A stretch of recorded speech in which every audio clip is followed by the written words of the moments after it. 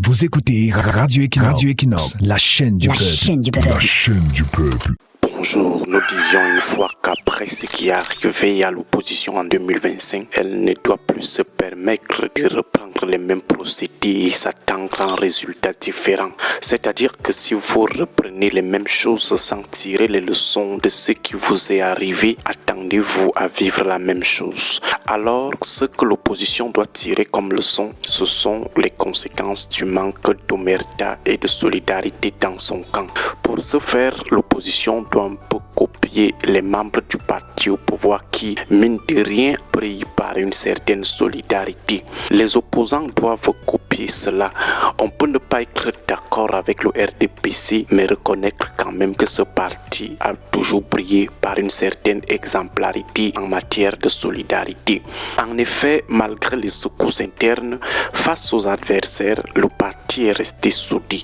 Face à l'opposition et au peuple du changement, le parti de Paul Biya a mis ses querelles internes en veilleuse pour d'abord combattre l'opposition. Le parti a rapidement su taire les violents combats internes pour chercher avant tout à préserver le pouvoir. Tout le monde connaît la profondeur des guerres de clans et de la guerre de succession avec des clashs ouverts et décomplexés. Mais dès que les élections sont arrivées, c'est-à-dire que dès que le RDPC a senti que le combat contre une force étrangère à la structure débutait, les militants qui jusque-là se donnaient en spectacle ont vécu leurs problèmes pour se mettre ensemble, combattre d'abord l'opposition et reprendre leurs disputes plus tard en paix.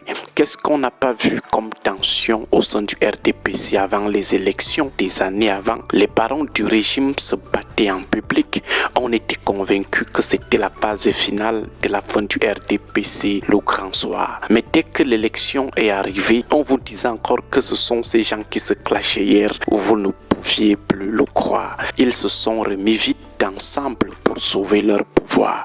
Lorsque la candidature du professeur Maurice Kamto est arbitrairement et grossièrement rejetée, les indiscrétions font état du fait que certains barons du régime ne sont pas d'accord. Malgré cela, la candidature du leader du MRC a été rejetée, mais aucun de ces barons ne s'est opposé, aucun n'a bronché, aucun n'a dénoncé. Ils sont tous restés solidaires avec la tendance de leur parti, la tendance fondamentaliste, la tendance qui avait fomenté l'élimination de Maurice Kamto de cette élection. Mais du côté de l'opposition, qu'est-ce qu'on a vu comme solidarité entre leaders? Rien du tout, juste des intrigues, certains se réjouissant même du rejet de la candidature de Kamto. Pendant cette forfaiture, le RDPC a donné à l'opposition une belle leçon de solidarité et d'omerta. Tous les barons du régime dont on disait qu'ils étaient contre le plan d'élimination de la candidature de Kamto, où étaient-ils? Nulle part. L'opposition doit tirer les leçons et copier le bon exemple qui vient du RDPC. Autre situation, les violences post-électorales. Le régime RDPC a mis sur le carreau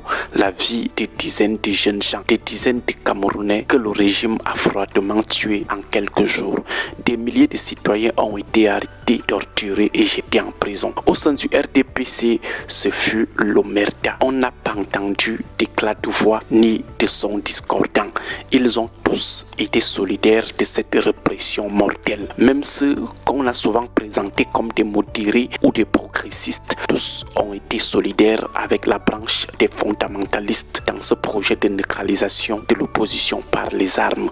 Ils ont tous assumé les tueries. Ils sont tous restés muets malgré les clivages qui secouent le parti. Aucun camp interne au parti n'a livré son camarade. Tous sont restés solidaires et dans l'omerta. Aucun camp rival interne n'a bronché, même pas une interview pour regretter, encore moins pour condamner. Tous ont appliqué la théorie de l'omerta. Mais dans le camp de l'opposition, qu'est-ce qu'on a vu? Seulement la division habituelle, les intrigues habituelles, l'égoïsme habituel, la mesquinerie habituelle, l'indifférence habituelle face au malheur de l'autre. Certains se sont même joints au RDPC pour cautionner la répression mortelle. Or, au RDPC, même face à des actes aussi graves, les gars sont restés solidaires. Ils ont tous accepté d'assumer la responsabilité des tueries. Ils ont tous accepté d'assumer toutes les conséquences historiques de cette violence de masse. Depuis que la situation s'est un peu calmée, vous n'avez entendu aucun cadre du RDPC dire qu'il faut que les donneurs d'ordre ou les exécutants de leur rang répondent de leurs actes. Jamais.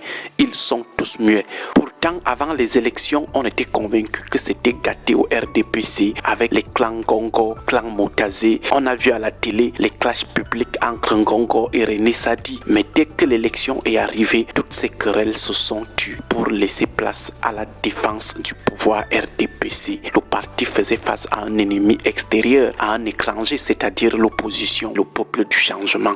Pendant ce temps, les opposants brillaient par des rivalités inutiles, des égos, des intrigues et des coups bas. Comme nous le disions tout à l'heure, après une situation comme celle qui est arrivée à l'opposition en 2025, on doit pouvoir s'arrêter, marquer un temps d'introspection, tirer les leçons et changer de procédé. Vous ne pouvez pas répéter éternellement les mêmes procédés et vous attendre à des résultats différents. Autrement dit, si vous répétez les mêmes choses, vous aurez les mêmes résultats.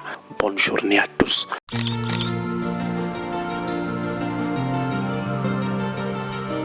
Caméra de rue.